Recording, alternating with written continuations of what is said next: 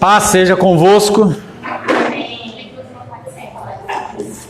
Louvamos a Deus por mais este segundo período em que nós podemos meditar nas coisas a respeito da palavra do Senhor. Estamos falando sobre a condição de estar descontente no Antigo Testamento.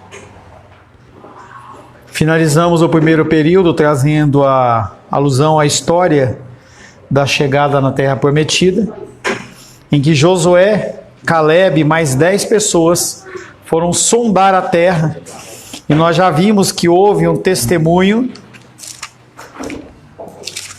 incorreto de reclamação dos 10 espias, e eles disseram que aquela terra é uma terra que devora as pessoas que lá estão. Números 14, verso 7.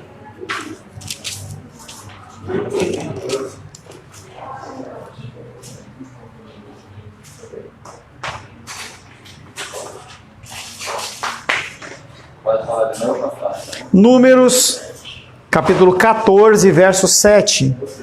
Sou eu, né? E falaram a toda a congregação dos filhos de Israel, dizendo: a terra pelo meio da qual passamos a espiar é terra muitíssimo boa. 9 e 10 ainda, Esther.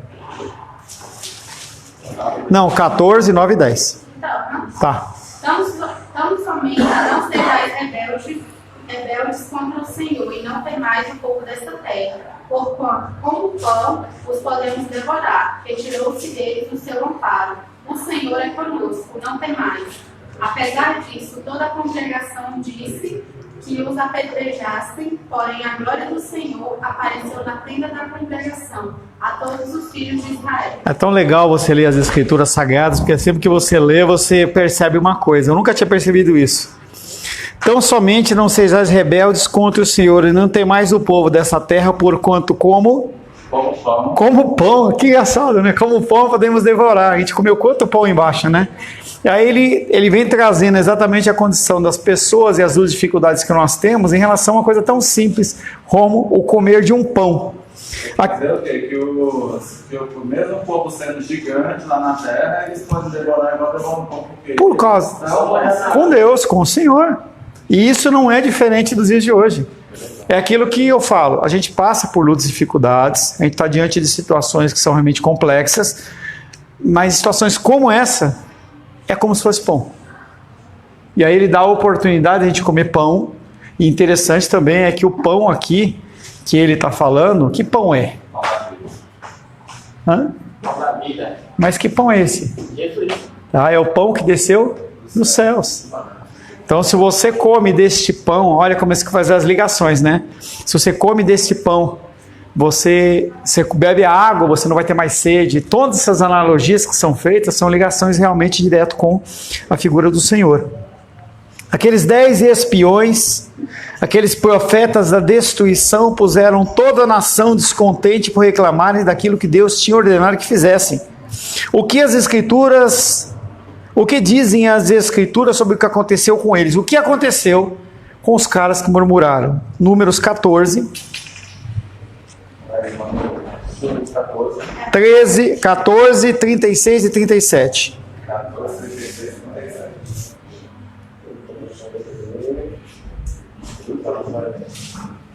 36 e 37. Carlos?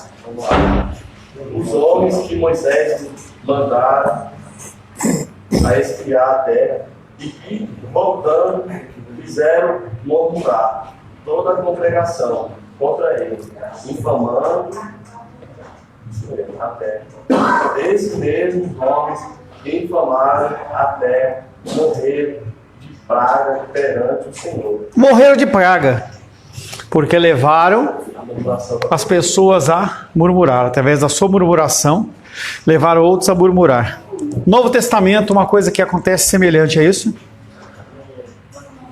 Texto, alguém lembra de alguma coisa dos evangelhos? Que fale sobre essa coisa, quando com o meu pecado, eu levo outra pessoa a pecar. Se você fizer um desses pequeninos, era melhor que você colocasse a pedra no pescoço e se lançasse no mar. No mar. Ao mar. No mar. Ah? Então ele coloca essa comparação que exatamente, você começa a ver que se você, eu não posso ler o Antigo Testamento, você tem que ler o Antigo Testamento. Porque o Antigo Testamento ele é realmente aquilo que vai dar as frases que as pessoas falam, todo o Novo Testamento. Isso dá a você uma ideia do que Deus pensa a respeito dos murmuradores.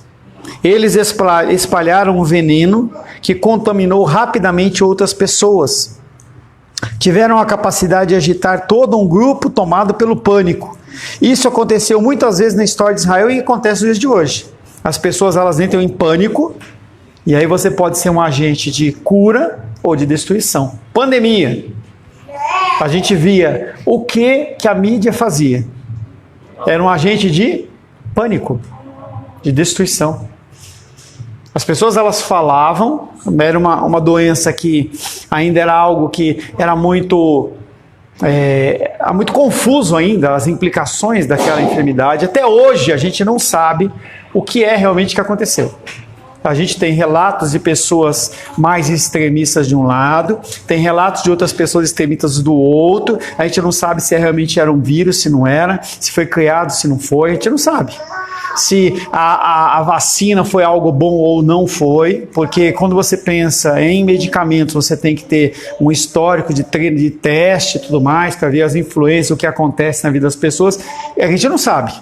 O que aconteceu com pessoas que tomaram a vacina, pessoas que não tomaram a vacina daqui a 10 anos, 20 anos, 30 anos, outras gerações, a gente não sabe. Então a gente está crente que alguns tomaram 1 dose, 2 doses, 3 doses, não tomaram, a gente não sabe o que pode acontecer. Ou não tomaram, a gente não sabe. A gente tem um grau de conhecimento daquilo que nos é participado, mas a gente não sabe realmente o que aconteceu. É exatamente a questão que está sendo tratada aqui. Você é um agente de destruição ou um agente de cura? Então nós vimos aí o assassinato do cristão lá, que está em tudo quanto é lugar agora, o Kirk, não sei das quantas lá. E aí os caras, um grupo de pessoas está usando aquilo como uma forma de falar assim, não, agora nós temos que devolver. Olha a loucura do cara. Eles não estão pensando que o cara morreu. Ele não morreu porque ele pregava o cristianismo, ele morreu dentro de uma ideologia política que estava acontecendo ali.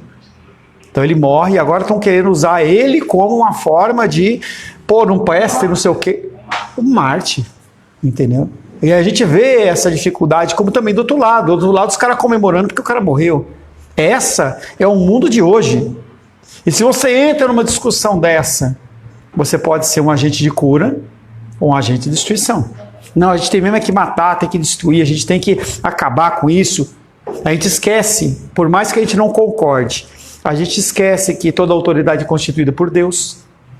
Voltando um pouquinho no primeiro tempo, eu não estou satisfeito nem com o governo, nem com o judiciário. Mas quem colocou lá? Foi Deus. Como é que a gente pode falar alguma coisa? Não só você. Mas não só você. Mas você entende como que é a dinâmica da coisa, do que eu estou falando? Porque então se você é de direita ou se você é de esquerda, você se polariza em algum dos campos para você falar mal de algum grupo. Mas a gente esquece que tanto o controle do primeiro como do segundo, quem está no controle é Deus. E nós temos que nos posicionar, saber o que fazer em relação a isso. Aquele povo lá é incendiado por aquele discurso ruim e eles querem apedrejar, eles querem matar Moisés, Arão, Josué, Caleb, todo mundo que pudesse levantar contra. E isso aí o Corá se levantou, né? Corá depois. Tá? Mas é o mesmo contexto.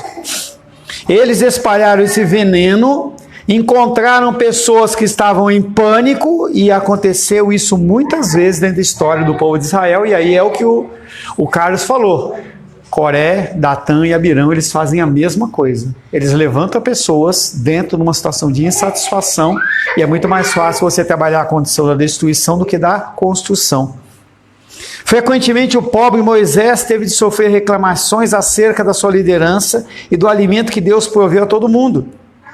Salmos 106, 106, verso 14.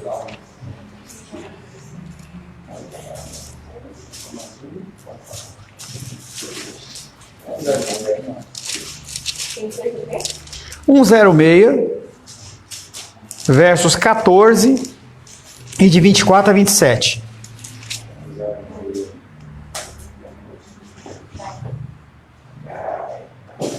Até onde? 14? Primeiro 14. Se a cobiça no deserto e tentaram a Deus na solidão. Entregaram-se à cobiça. Você cobiça algo que você não tem ou que você não tem suficiente. Então eles entregaram o coração deles à cobiça no deserto e fizeram o quê? Continuaram tentando Deus. Versos 24 a 27, outra pessoa.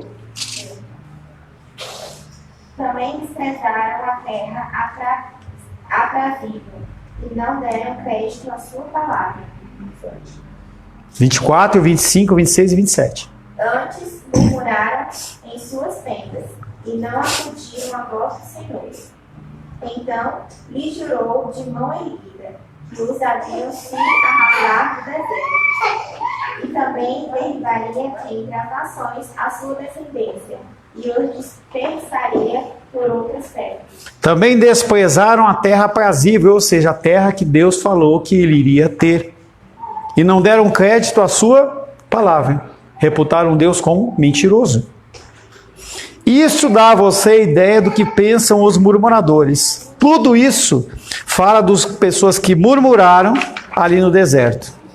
Aquele julgamento divino tem perseguido essa nação ao longo da sua história. O Novo Testamento deixa claro que a igreja deve aprender com os erros de Israel. Depois de enumerar as bênçãos incríveis desfrutadas por esse povo nas mãos de Deus, Paulo declarou, 1 Coríntios capítulo 10, versos 5, 6 e 10.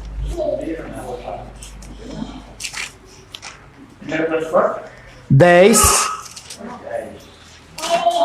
versos 5, 6 e 10. Eu que não li. Ai, amor, entretanto, Deus não se agradou da maioria deles, razão por que ficaram prostrados no deserto. Prostrados, o que é esse prostrados aí? Parados. Morto.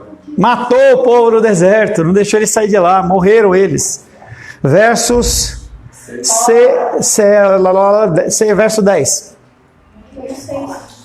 6, perdão. 5 é o 6 e 10. Ora, essas coisas se tornaram exemplo para nós, a fim de que não cobicemos as coisas más, como eles cobiçaram.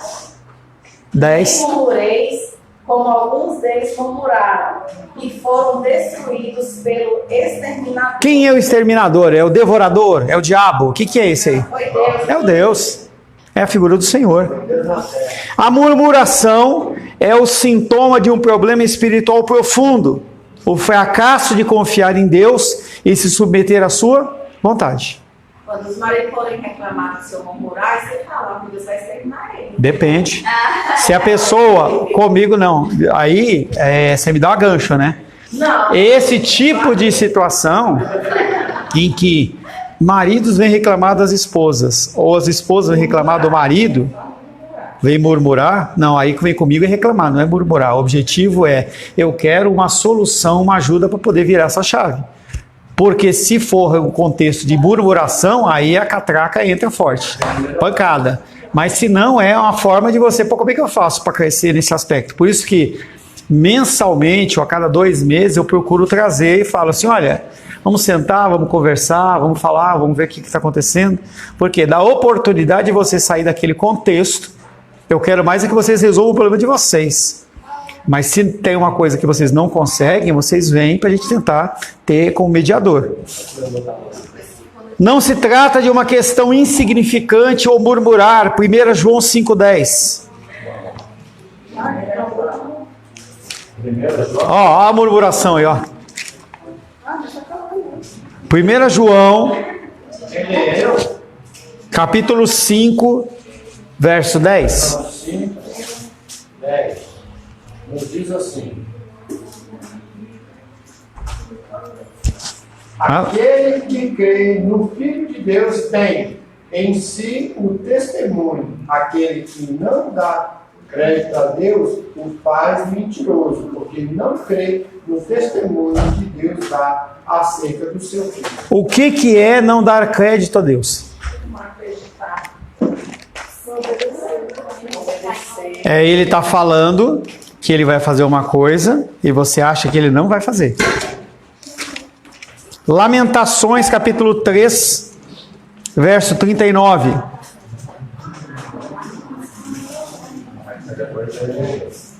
Depois de Jeremias. Lamentações.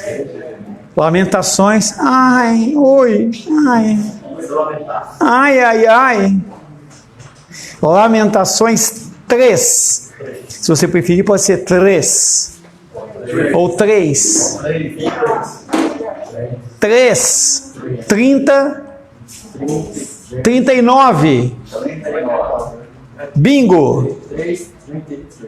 3:39.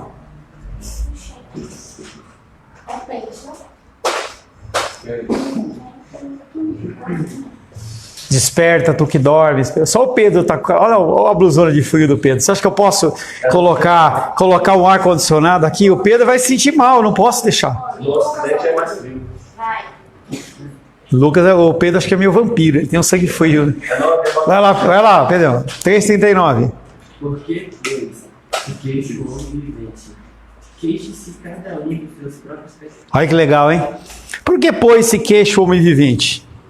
Aí o pensamento é coisas fúteis. E aí ele vem afirmando na sequência. Ele dá aquele uppercut. Quando o cara vai cair, ele já dá uma no meio do cara para o cara jogar o cara no chão. Aí fala: o homem se arrependa não. Como é que é? 3:39. Que o homem se queixe cada um dos seus próprios pecados. Começa a fazer uma análise e você começa a reclamar daquilo que você faz de errado.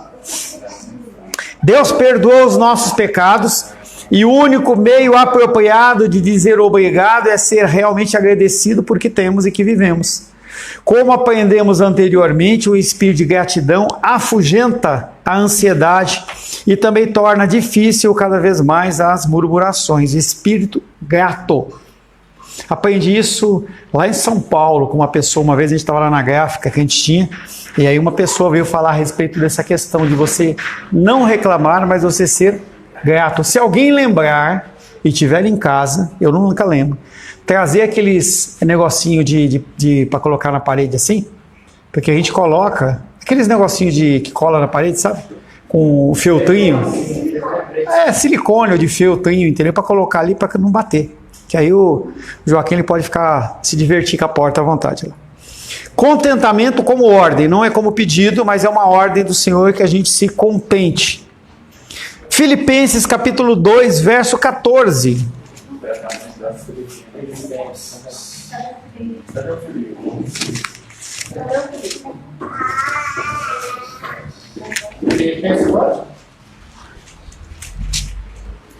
Alguém pode ajudar o irmão André? Alguém pode ajudar o irmão André com o capítulo ali? Aê!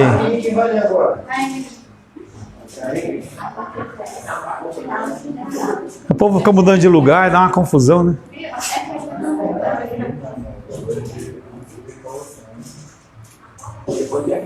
Vamos lá?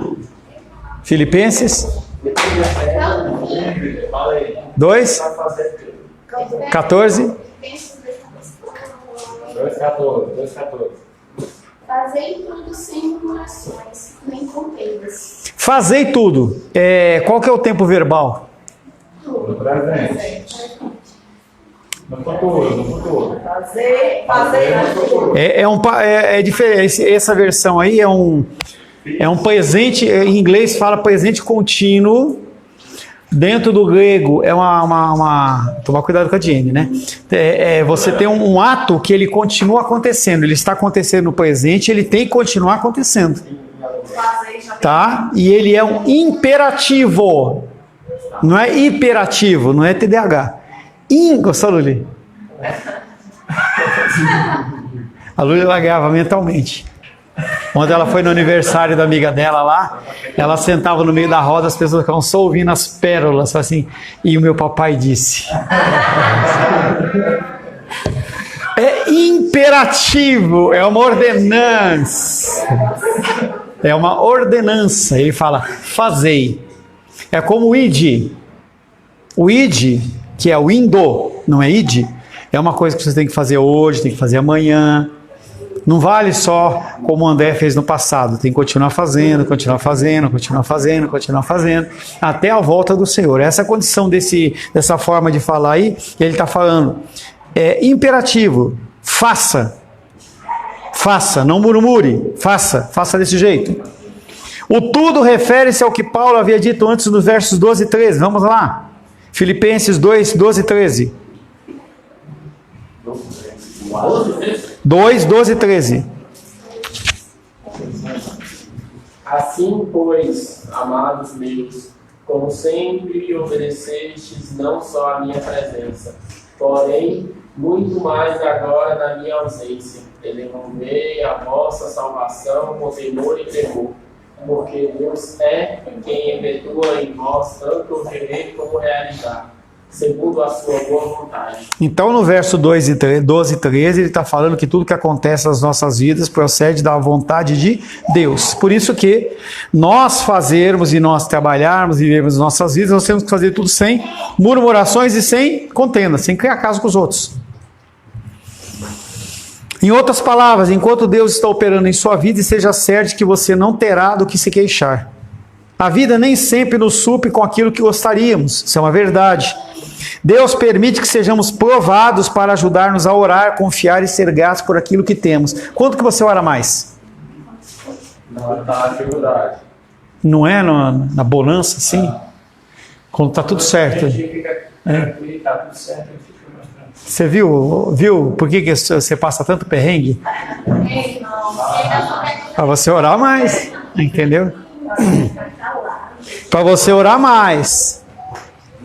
Ao longo de toda a Bíblia há mandamentos para que sejamos contentes. Lucas capítulo 3, verso 14. Gabriel. Agora lá no fundo é o banco dos anjos, né? É o banco dos anjos, é o Gabriel, é o Daniel.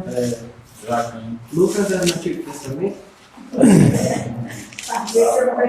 Depois a sua mãe vai conversar com você em casa. Também soldados lhe perguntaram: e nós, que faremos? E ele lhes disse: a ninguém maltrateis, não deis denúncia falsa e contentai-vos com o vosso soldo. O que é o soldo, Gabriel? Gabriel, qual que é o soldo, Gabriel? São dos pertences? Não, vamos lá. Contentai-vos com o vosso soldo. Os soldados, eles trabalhavam? Eles ganhavam salário? Sim. Contentai-vos com o vosso Salário. 1 Timóteo capítulo 6. Eu tive um questionamento aqui, Ingrid, por parte da Manu. Manu, o que você me perguntou? O que você me perguntou aquela hora lá? Por que que... Viu? Viu? Da boca das crianças. É muita espiritualidade, não é não? 1 Timóteo capítulo 6, versos 6 e 8. Hoje o culto à noite vai ser levitando. Aleluia. Vamos lá, 6 e 8. Daniel. 6 e 8. Capítulo 6, verso 6. De fato, grande fonte de lucro é a piedade, contentamento. 8. Tem sustento sustento e com que nos vestir estejamos contentes. Estejamos contentes. Essa segunda parte do versículo 8, está falando com homens ou com mulheres? Com todos. Não. Homens. Tendo sustento. É para quem esse? Para os homens. E a parte depois? E com que? Para quem que é? Não. Agora me diga uma coisa. Você acha que as mulheres têm motivo para reclamar no armário? Claro, porque como é que a gente tira todo domingo? Nós temos um pequeno desafio para os homens agora, tirar uma foto, hein? Uma foto do armário das digníssimas. Manda no grupo. Hebreus capítulo 13, verso 5. Nossa. Anota isso aí, pastor, pra eu falar na prova. Eu não, já foi acusado aí. Já falou que a minha filha acabou de me expor falando que eu estou falando na De mim mesmo. carne. Falando de mim. 13:5. Luísa, em vez de ficar falando dele, de mim, da minha masculinidade bíblica, 13:5. Seja a vossa vida sem avareza, contentai-vos com as coisas que tendes, porque ele tem dito, de maneira alguma te deixarei, nunca jamais te abandonarei. Seja a vossa vida sem... O que é avareza, Nicolas? Nicolas, o que é avareza? A avareza é você querer muito mais daquilo que você precisa, do que você tem. Não. Nicolas? É você não querer compartilhar. Ou seja, quando você não traz nada de alimento para colocar na cestinha aqui, você está sendo alguém o quê? Igual não oferta porque tem medo de faltar e não dá o dinheiro. Exatamente. Não seja, ó. Eis que te digo e não te falo. Seja a vossa vida sem avareza. E aí depois, Gabriel, ele fala: contentai-vos com as coisas que tendo, ou seja, em relação aos soldados, com o vosso soldo. Porque ele tem dito, de maneira alguma te deixarei, nunca jamais te abandonarei, dizendo que ele vai trazer a provisão para o que é necessário. Necessário, apenas o necessário. Os obstáculos para o contentamento são a queixa ou murmuração e a contestação. Será que eu não mereço mais? A palavra grega traduzida por murmurar em Filipenses 2,14, que nós lemos, é uma palavra que traz a ideia de aborrecimento e uma expressão de descontentamento e reclamação ou murmuração em voz baixa. Ou seja, a pessoa fica aquele murmurando sozinha, falando em voz baixa. Expressa uma atitude negativa de queixa, uma rejeição emocional à vontade de Deus. Então você pode até não falar, mas seu coração está cheio de ira, está cheio de mal-estar. Algumas pessoas têm o que para não vir na igreja, eles têm o quê? Mal-estar. Tá? É interessante que a pessoa ela tem mal-estar no dia do Senhor, mas se for um dia de trabalho, aí não tem mal-estar. Mas vamos lá. A palavra grega traduzida por contestação é mais intelectual por natureza. Ela se refere a questionamento e crítica. Poxa, será que eu não sei, Deus não sabe que eu preciso disso? Afinal de contas, lançou agora o iPhone 17, não foi 17? 17 Pro, Max, Ultra, Mega, Blaster, entendeu? A pessoa ela não sabe por que ela quer e ela quer simplesmente porque quer. O problema não é a pessoa querer ou precisar, e sim ela simplesmente querer porque quer. Esse é um problema, e é um problema da sua crença. A nossa dificuldade está naquilo que nós cremos. Se você realmente crê que Deus diz que nunca Ele vai deixar e nunca vai te abandonar, como que a gente pode reclamar? E eu falo para mim também, é claro. Ó, o Nicolas já está vendo o preço do iPhone 17 ali. Ó. Ele vai dar para a Isla de Natal. Entendeu? Como que a gente pode ter uma condição dessa crença e a gente ter problema de murmuração? Você murmura porque você não crê. Você, digo eu e você. Por que nós não cremos? Porque nós não vivemos. E tudo isso gira em torno do que nós cremos, da nossa crença. Para de tirar o Joaquim do centro. Isso ocorre quando uma lamúria emocional se transforma em um debate com Deus, como aconteceu com quem, Rô? Quem que teve um debate? Jó. Jó, ele começa toda a trajetória dele, aquela dificuldade real, não era uma coisinha pequena, onta como nós temos, era algo sério.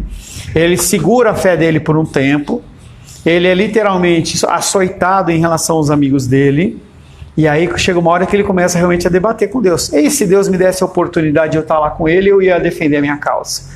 Esse tipo de questionamento fez com que Deus aparecesse para ele, não sabemos em que monta, como que apareceu, mas traz Jó todo aquele constrangimento que ele teve.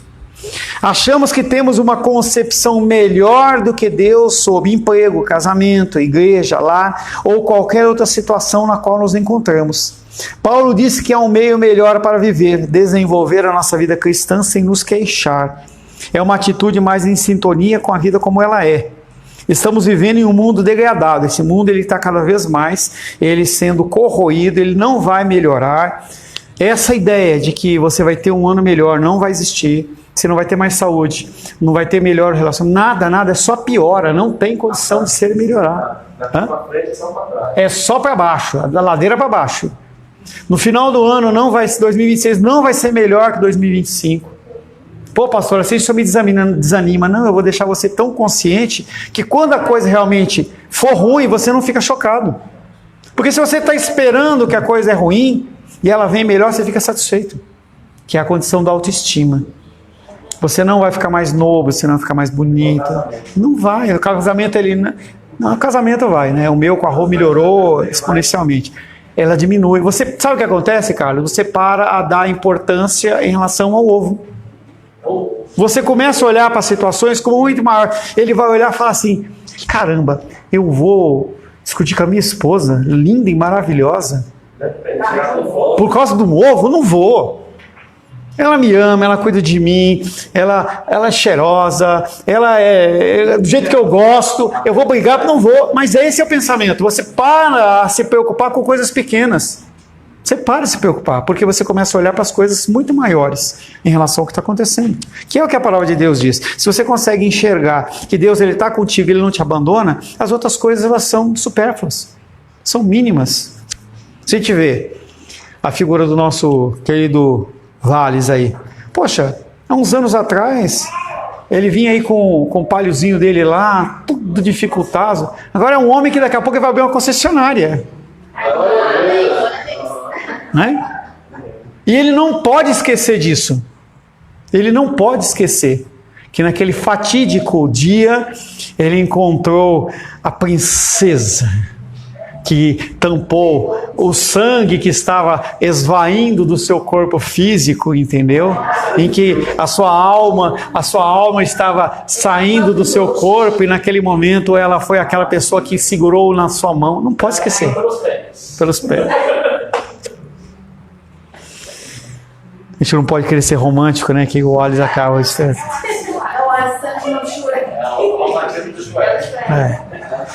Estamos vivendo em um mundo degradado, não vai melhorar. Ele e as pessoas à nossa volta nem sempre são do modo que gostaríamos. Quando nos queixamos deles, ofendemos a Deus e somos submetidos ao seu julgamento. Tiago capítulo 5, verso 9.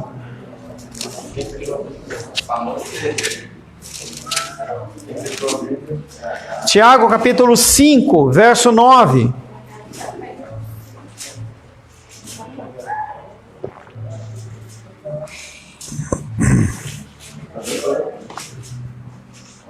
Rosângela?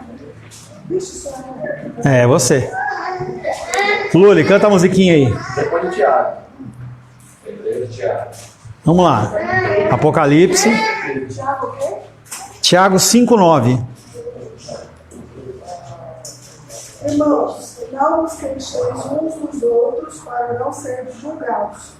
Eis que o juiz está às portas. Não vos queixeis uns dos outros. Então, quando a Esther foi reclamar do Carlos para ela fala assim, Esther, Tiago 5,9.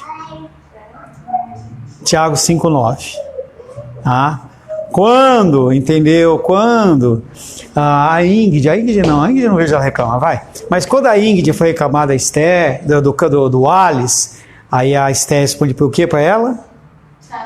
Tiago 5,9. Não vos queixeis, porque o Senhor está às portas para julgar. Não pode queixar, só conversar, tá? Compartilhar não pode, tá? Compartilhar. Sim. Imagine um garotinho em seu quarto que se queixando a sua irmã. Puxa, tenho raiva do jeito como o papai nos trata. Mas o que ele não sabe é que o pai está parado ao lado de fora da porta. Deus, igualmente, sempre ouve as nossas murmurações, queixas e murmurações. Então, quando você reclamar do Carlos, lembre-se que quem está lá atrás da porta ouvindo? O Senhor. Quando nós reclamarmos do que nós não temos recursos e tudo mais, quem que está ouvindo? Deus. Amém, queridos? Senhor, em nome de Jesus, louvamos, adoramos e bendizemos Teu nome, agradecemos pela Tua palavra exposta, Pai, que as nossas brincadeiras, Pai, que eles sejam apenas suficientes no sentido, Pai, de gravar como exemplos nos nossos corações, que nós possamos, Pai, em nome de Jesus, louvar, adorar e bendizer o Seu nome através da obediência e o repúdio às murmurações dos nossos corações. Oramos em nome de Jesus, amém? Graças ao nosso bom, querido e amado Deus.